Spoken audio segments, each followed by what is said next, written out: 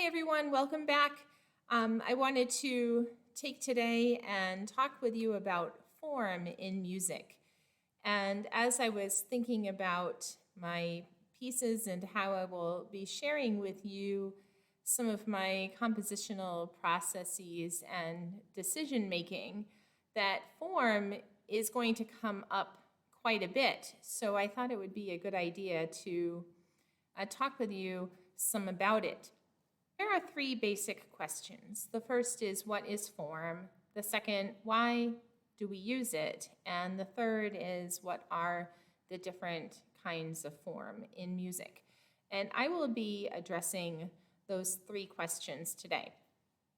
Now, form exists in everything. It's basically the design of the thing and the shape that it takes. In art, form is used to help the viewer or the listener or the reader to be able to process and comprehend the information that is presented in the art. If you were looking at a painting, the painter would use different techniques and lines and shading and things like that to draw your eye to important parts of the painting or perhaps to create a sense of motion. So all of those things help you to understand what's important and what you need to focus on.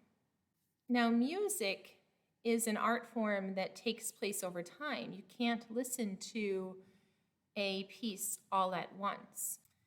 The composer will use musical material and sound events to create anchors in the piece that the listener can hear and recognize and be able to organize what they hear. And the composer will also create sections of a piece using material that goes together. So to create a cohesive material in each section.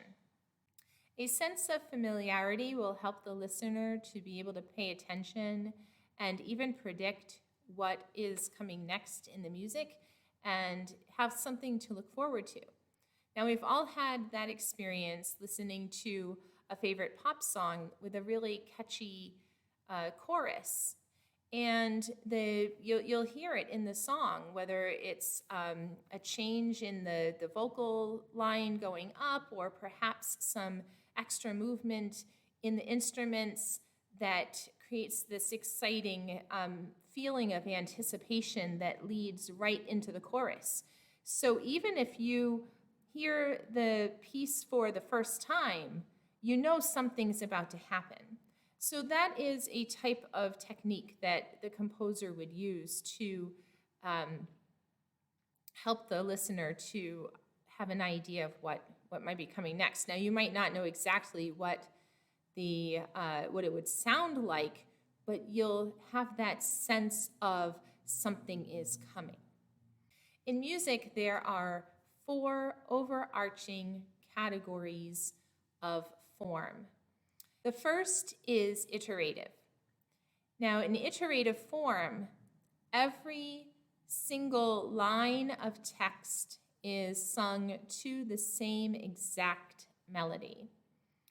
Now, this form is not used really much at all, if at all, in Western art music or Western classical music. Now, what I mean by Western classical music is it's a high art form that is rooted in the European tradition. And when Europeans came to North and South America and colonized those continents, they brought their musical traditions with them, and that tradition continued to develop in this hemisphere as well. And other places where the Europeans colonized would also have some of that.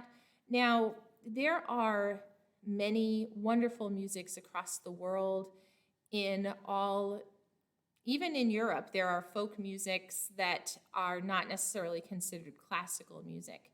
And then in other parts of the world, there are indigenous musics and folk musics that are wonderful, but are very, very different in their musical approach. And there are even classical musics in other countries like India, Japan, and China, and their classical music is extremely different from the Western or European classical music.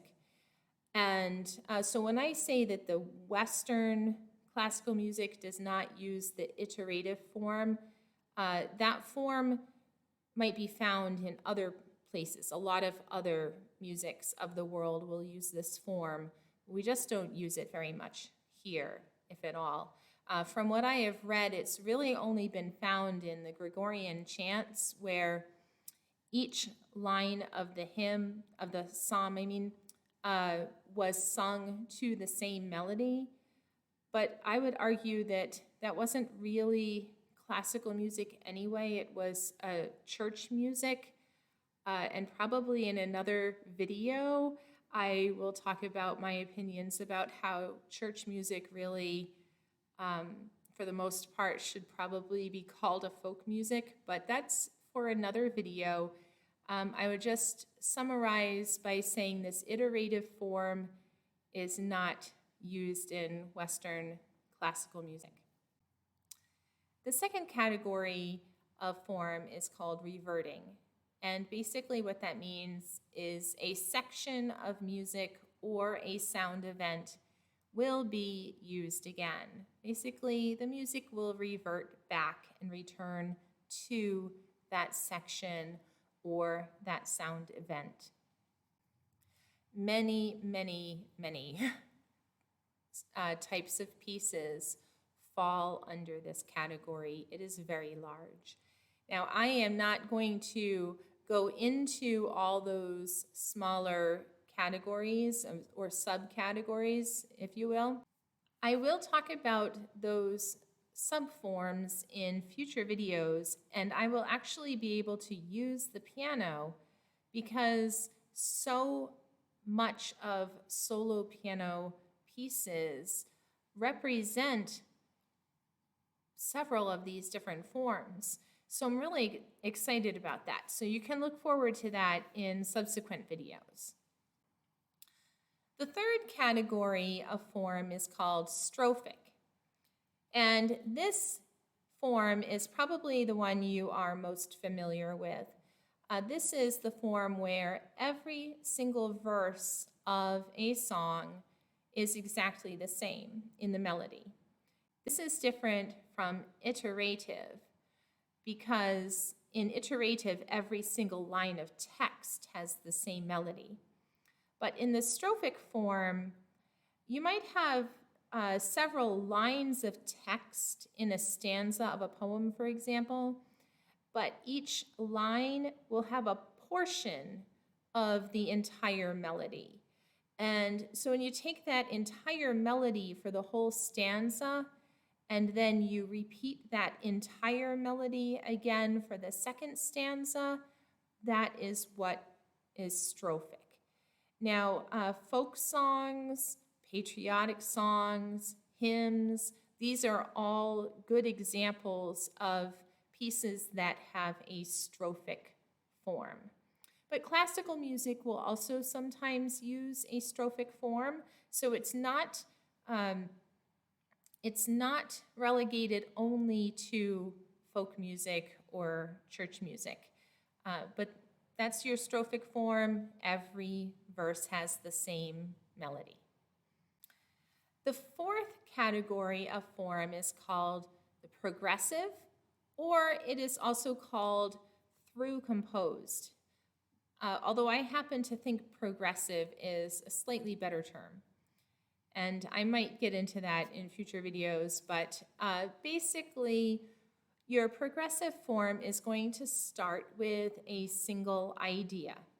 And in some cases, that idea is a musical idea.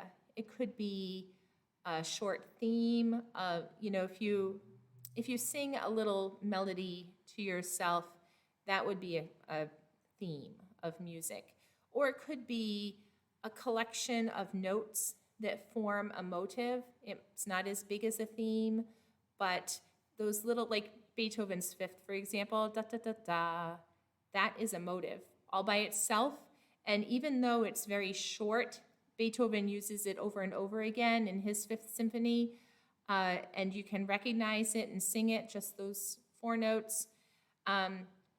So it could be a theme or a motive, but the composer will take that little bit of musical idea and squeeze all the juice out of it and take it as far as you can go. Consider all the possibilities, what can be done with this little musical idea.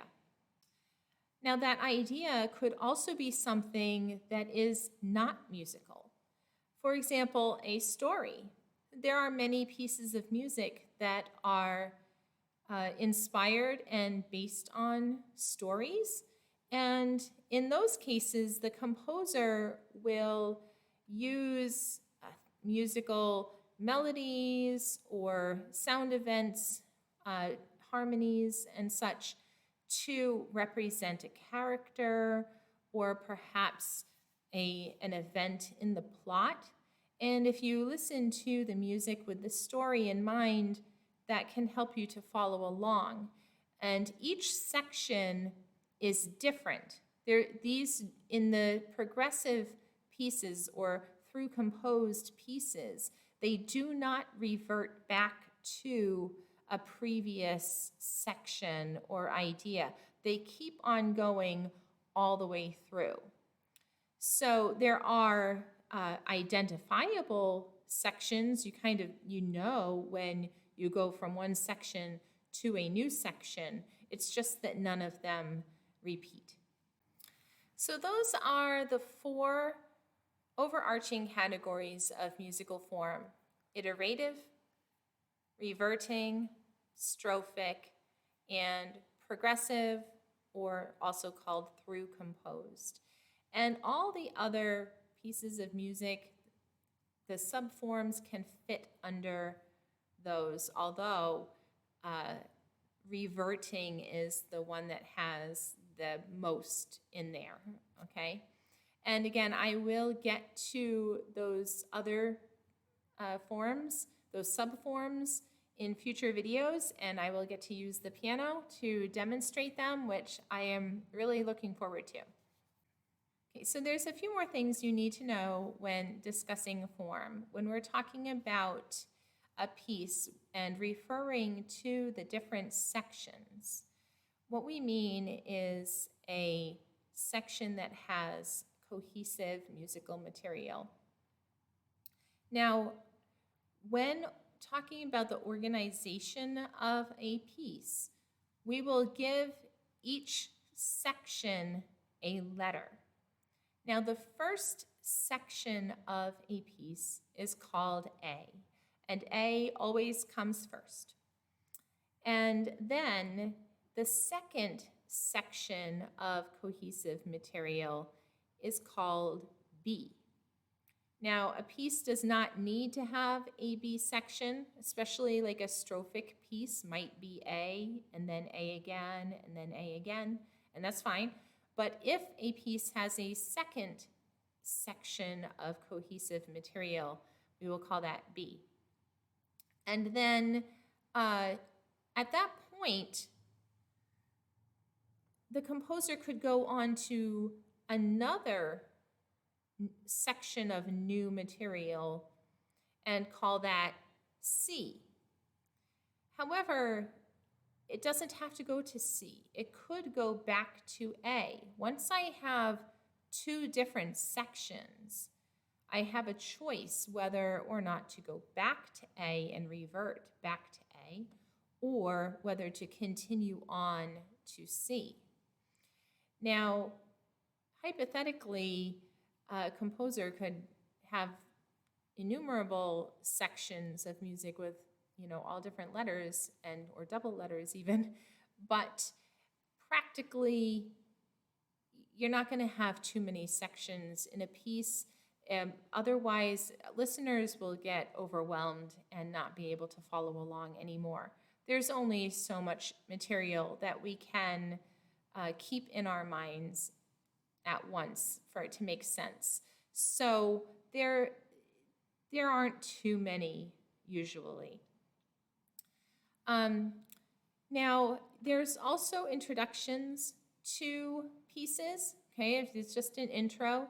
And these are short sections. They really don't stand alone, and they really don't have any significant musical material to them. They just introduce the piece. So, of course, the introduction will come before section A. Section A will be the first significant section of material, cohesive material. And there are also codas. Now, codas come at the end of the piece, and again, normally they are not significant sections. They are kind of the tail on the end of the piece. They wrap it up and, you know, kind of bring the piece together at the end. Some composers, however, like Beethoven, are known for having never-ending codas that seem to take on a life of their own and become their own section. But generally, a coda is a short wrap-up at the end of a piece. A piece does not need to have an introduction, and it does not need to have a coda, but they can have them, so it's good to know what those terms are. In reverting music, where a section of music is repeated, sometimes the composer will repeat that previous section exactly the same, and sometimes the composer will repeat it, but it will be slightly different. It could be an octave higher in the piano, or if it was in an orchestra, perhaps different instruments were playing that section. So there could be a little bit of variation, but not much, not enough to call it different musical material. It's just a slight variation on what came before.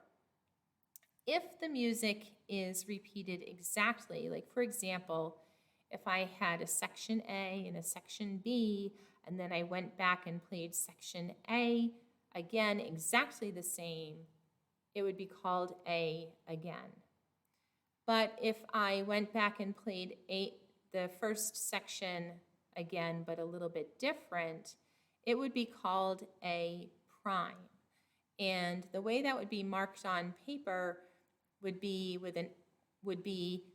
an A with an apostrophe sign after it. So A prime indicates a slightly different take on section A. Now that can be done with any section. If I had a piece that was, for example, A, B, A, C, A, B prime, A prime, I could do something a little bit different with two sections. The point is to indicate that that material was repeated just a little bit differently. And then finally, there is a portion of many pieces that is called a development section, and we'll talk about that when I go through the subforms on the piano. But basically, a development section is where the composer will use the material from a section or a couple of sections combined and play around with it. It's kind of that squeezing the juice out of it that happens in progressive music, but it's not for the whole piece. It's just for a little section, a section within the piece that is where the composer plays around with the material, but it's not as cohesive as a section with a letter. So as we go into talking about form in subsequent videos, these terms will give you a foundation for understanding what we're talking about. And I hope that as we go forward and as you listen to music, that you will be able to recognize the different sections and that your listening will become more enjoyable. So thanks for tuning in, and I will see you next time.